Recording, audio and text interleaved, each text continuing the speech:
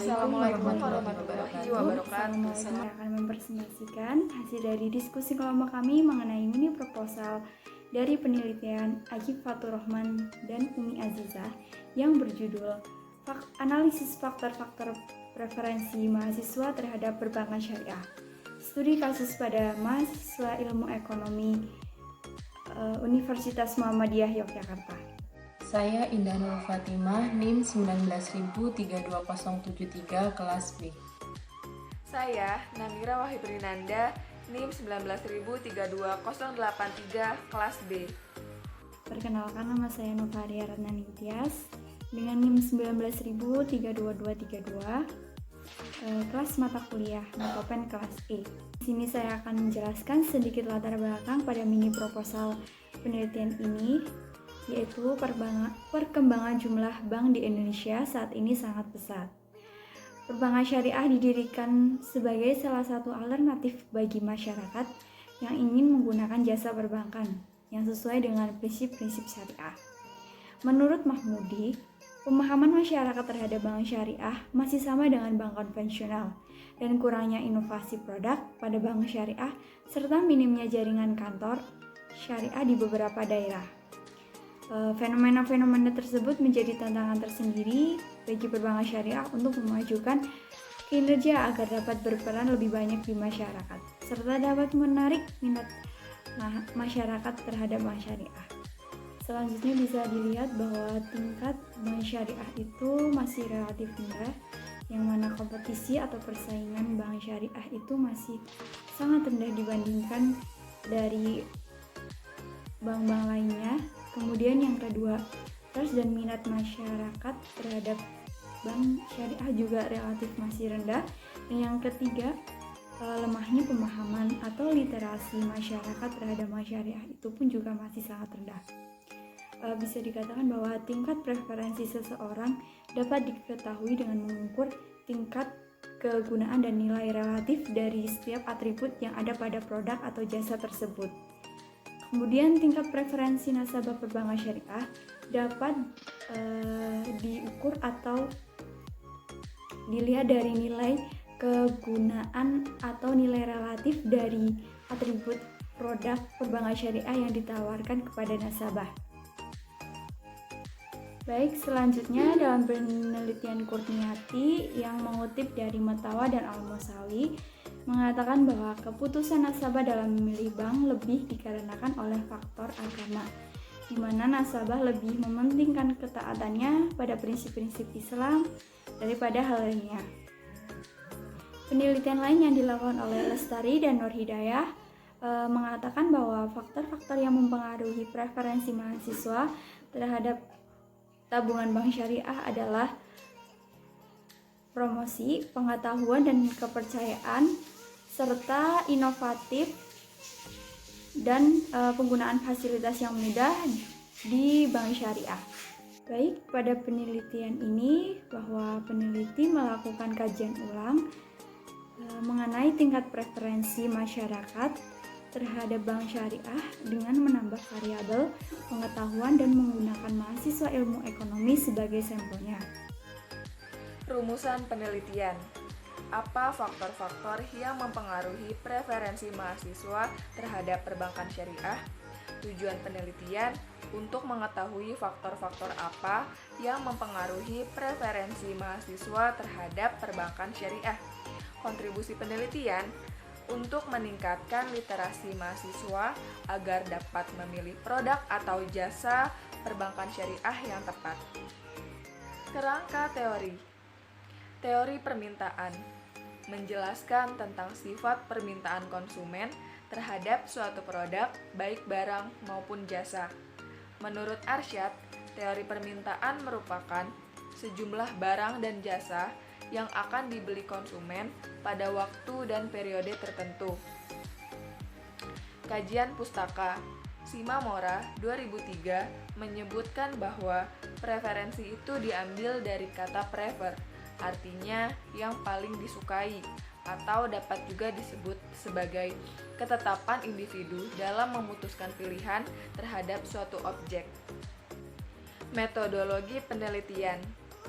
Desain penelitian menggunakan kuantitatif asosiatif. Jenis data dalam penelitian ini merupakan data primer berupa kuesioner dengan skala 4. Teknik pengambilan sampel pada penelitian ini menggunakan metode purposive sampling. Populasi dan sampel. Populasi. Mahasiswa Ilmu Ekonomi Universitas Muhammadiyah Yogyakarta semester 5 yang berjumlah 322 mahasiswa dan semester 7 yang berjumlah 279 mahasiswa. Sampel mahasiswa Ilmu Ekonomi Universitas Muhammadiyah Yogyakarta semester 5 dan 7 karena penelitian dilaksanakan di semester ganjil. Untuk menentukan besarnya jumlah sampel dengan jumlah populasi yang sudah diketahui digunakan rumus Slovin. Berikut perhitungan jumlah sampelnya. Bisa dilihat rumus pada mahasiswa semester 5, yakni N sama dengan 322 dibagi 3128 sama dengan 100,06 dibulatkan menjadi 100 mahasiswa. Dan rumus mahasiswa semester 7 yakni N sama dengan 279 dibagi 2922 sama dengan 9,48 dibulatkan menjadi 95 mahasiswa. Selanjutnya yaitu ada uji kualitas instrumen. Di uji kualitas instrumen terdapat 2 uji. Yang pertama yaitu ada uji validitas. Untuk uji validitas yaitu hasil penelitian dapat dikatakan valid apabila terdapat kesamaan antara data yang terkumpul dengan data yang terjadi pada objek penelitian. Valid berarti instrumen yang digunakan dapat mengukur segala sesuatu yang dapat diukur. Uji validitas dalam penelitian ini yaitu menggunakan korelasi persen product moment, yaitu ketentuannya apabila nilai signifikansi kurang dari 0,05 berarti uji tersebut dikatakan valid. Yang kedua yaitu ada uji reliabilitas. Untuk uji reliabilitas adalah alat yang digunakan untuk mengukur kuesioner yang merupakan indikator variabel tersebut. Kuesioner yang mempunyai kestabilan jawaban berarti dikatakan sebagai kuesioner yang reliable. Uji reliabilitas dalam penelitian ini yaitu dengan program SPSS dengan Cronbach alpha, yaitu ketentuannya apabila nilai alpha lebih besar dari 0,70 berarti instrumen tersebut dikatakan reliable. Untuk selanjutnya yaitu ada uji hipotesis dan analisis data. Nah, di uji tersebut sebelumnya menggunakan uji asumsi klasik. Nah, di uji asumsi klasik tersebut terdapat uji normalitas.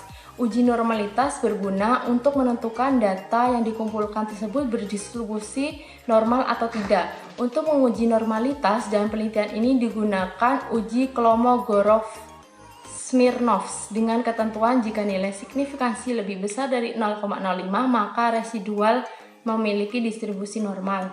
Yang selanjutnya yaitu ada uji multikolinearitas. Pengujian ini dimaksudkan untuk mengetahui ada tidaknya hubungan linear antara perubahan bebas X dalam model persamaan regresi linear berganda. Untuk menguji multikolinearitas digunakan uji variance inflation factor atau FIP. Ketentuannya antara variabel bebas atau independent variabel terjadi persoalan multikolinearitas jika nilai FIP lebih besar dari 10. Terakhir yaitu ada uji analisis data. Uji analisis data yang digunakan dalam penelitian ini yaitu adalah analisis regresi linear berganda yang dilakukan untuk mengetahui pengaruh antara 2 atau lebih variabel independen terhadap variabel dependen. Adapun formulasi regresi linear berganda dalam penelitian ini adalah sebagai berikut. Dengan keterangan yaitu Y sebagai preferensi mahasiswa terhadap bank syariah dan A sebagai nilai konstanta, B1 sampai B5 sebagai koefisien regresi, X1 sebagai agama, X2 sebagai biaya, X3 sebagai manfaat, X4 sebagai fasilitas, X5 sebagai pengetahuan, dan E sebagai faktor pengganggu.